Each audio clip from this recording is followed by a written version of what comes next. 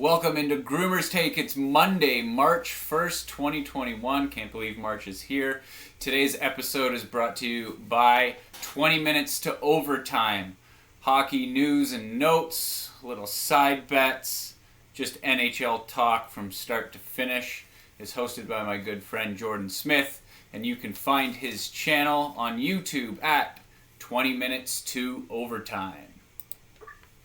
Okay, we have to start off right away with the J.J. Watt signing today. He signs with the Arizona Cardinals for some big dollars. 2 years, $31 million. This was kind of out of left field for me. And the only reason is I think Arizona's good. But they didn't make the playoffs last year.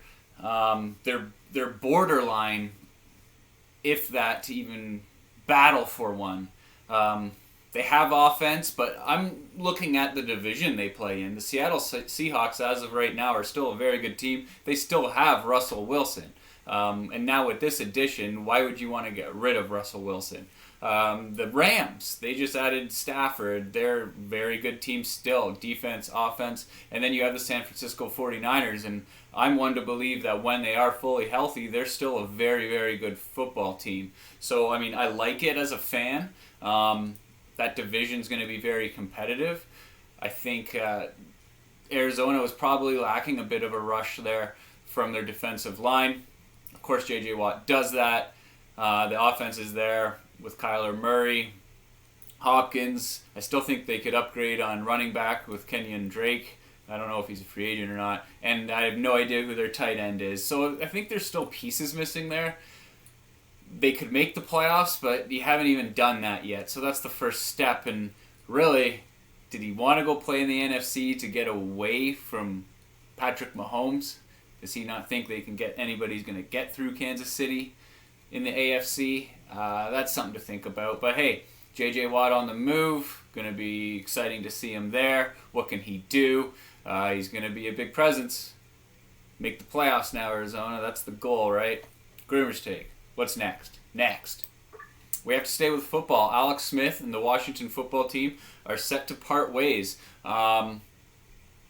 Little surprised here. I mean, they gave up on Haskins in Washington. Now they have Heineke and Kyle Allen. Heineke guy, Trevor? I can't remember his name. He came in and he did very well in that one game in the playoffs. So he was guaranteed a job, and they gave him that opportunity.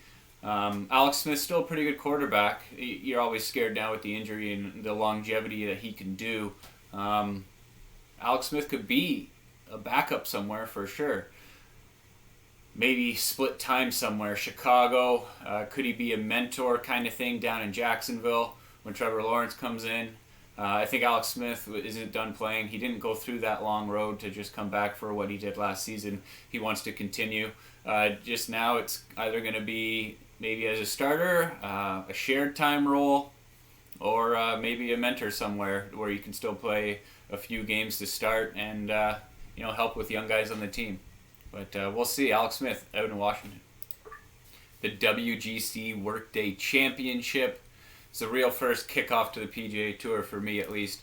And this was a big one. There was a lot of good names there, but of course it was the first tournament played after Tiger Woods' accident, and Colin Morikawa won. He looks good. He could go on a bit of a run this season. It doesn't mean he's the favorite to win at the Masters in about a month or so. Wow, let's go. But hey, he'll be one of the favorites for sure. He's a great player. He could do a lot of damage, but yeah, he holds on to the lead. A little shaky on that first hole yesterday, but he holds on. He's the champion. But really, it was more about the players honoring Tiger on Sunday. A lot of them wearing red. It was very cool to see. If not by now, everyone knows how big, and Tiger should know how big he is to the game. When you have your competitors honoring you the way that they did, when Phil Mickelson goes out and buys a red shirt to wear on Sunday, the black and red, that's a big deal. Just with the competitiveness they've had over the years. It was awesome to see. It's tough saying this one for some reason. But it was very cool to see Tiger honored. And what Colin Morikawa said, he was just like, let's take time to say thank you to people. He had recently lost his grandfather in a month, with Kobe being gone, and then this happening to Tiger. So he just looks at the camera and said, Tiger, thank you for everything you've done. And I think that was pretty cool. That's all I have to say about that. Let's move on to the NHL. Patrick Kane scoring his 400th goal last night. It's way too early, but right now, my heart vote, which I don't have, but if I did, would go to Patrick Kane. I am shocked at what Chicago's been able to do. No Jonathan Taves, a whole revamp in net, but Lankinen's been unreal. And Chicago's getting it done. Without Patrick Kane, there's no way they've been doing as well as they have. And Chicago is not going away quietly. They're not rebuilding quietly. It's more like they can retool right now. They've done a great job. Patrick Kane is absolutely my vote for the heart right now. McDavid's just as good, Draisaitl, but if they couldn't do it, then I don't know. It's got to be Patrick Kane. I don't want to go off on a rant here. Patrick Kane, my early vote right now in the NHL. GroomersTake. Before we get to last call, I wanted to hit a little bit on Trey Mancini, a Baltimore Orioles player, outfielder, first baseman, great player, but came back to baseball this week after missing all of last year with colon cancer, going through treatments. He's back. He said it was very emotional during his first at bat, and how can it not be? Famous quote, how can you not be romantic about baseball? He got a lot of support from across the league. It was awesome to see. Welcome back to the game, Trey. It missed you. All right, we got last call here, brought to you by Town Brewery. Very good beer. Maple Leafs, they still looked pretty darn good without Austin Matthews in the lineup Saturday night. It may have been the best game they've played, I guess, as a whole. They scored goals. The best players not there. You scored goals. You played great defense. Zach Bogosian shutting down Connor McDavid. Well, I knew they brought him in for a reason, and that's exactly what you're looking for. Keep it up, Leafs. They look very, very good. Had to get a Leaf talk in there, right? And here we go. Golden goal. 11 years ago yesterday. Where were you for it? I was down at the Loose Moose, downtown Toronto, with the boys. Still can't believe that we got a table. We had a wicked table. Never going to forget it. The place was going crazy. The city, the streets were going crazy. A couple of the guys stayed downtown and partied hard. I made it to a GO train and went home.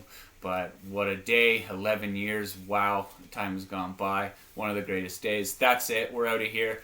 Shout out to Locker Hockey for some great Dynasty rankings and prospect deep dives today, or this week, sorry. We are going through the best right wingers from the 2015 draft, and I'll tell you right now, it's a fantastic class. That's it for me. GroomersTake. Enjoy your nights. See ya.